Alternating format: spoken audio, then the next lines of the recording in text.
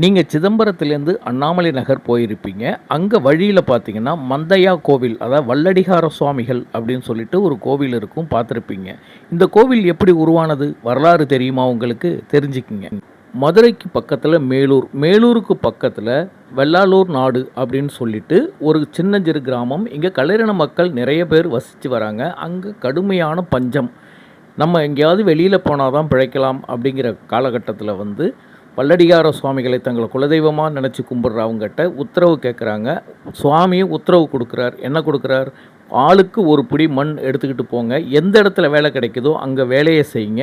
உங்களுக்கு எப்போ எங்களுக்கு கோவில் கட்டணும்னு தோணுதோ அப்போ அந்த இடத்துல நீங்கள் எல்லாரும் எடுத்துகிட்டு போகிற மண்ணை அடியில் வச்சு எனக்கு கோவில் கட்டுங்க அப்படின்னு சொல்லி வல்லடிகார சுவாமிகள் ஒரு பெண் மூலியமாக அவங்களுக்கு அருள் இந்த அருள்வாக்கை கொடுக்குறாங்க. அதன்படியே அந்த கிராம மக்களும் கிளம்பி வரும்பொழுது தில்லைவனம் எனப்படும் இந்த பகுதியில், நம்ம சிதம்பரம் பகுதியில் சுமார் 300 ஆண்டுகளுக்கு முன் இங்கே வராங்க.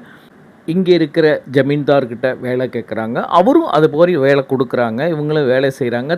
நிம்மதியான வாழ்க்கையும் அமையுது. அப்போ தான் வல்லடிகார சுவாமிக்கு, நம்ம குலதெய்வத்துக்கு மேலூரில் இருக்கிற மாதிரியே இங்கேயும் ஒரு கோவில் கட்டணும் சொல்லி முடிவு பண்ணி சின்னதாக ஒரு குடிசையில் இந்த கோவிலை கட்டுறாங்க. அதுக்கு பிறகு வல்லடிகார சுவாமி கிட்ட உத்தரவு கேட்டு அது நூதன ஆலயமாக கட்டி இப்போ ரொம்பவே சிறப்பாக அழகாக இந்த கோவில் அமைஞ்சிருக்கு.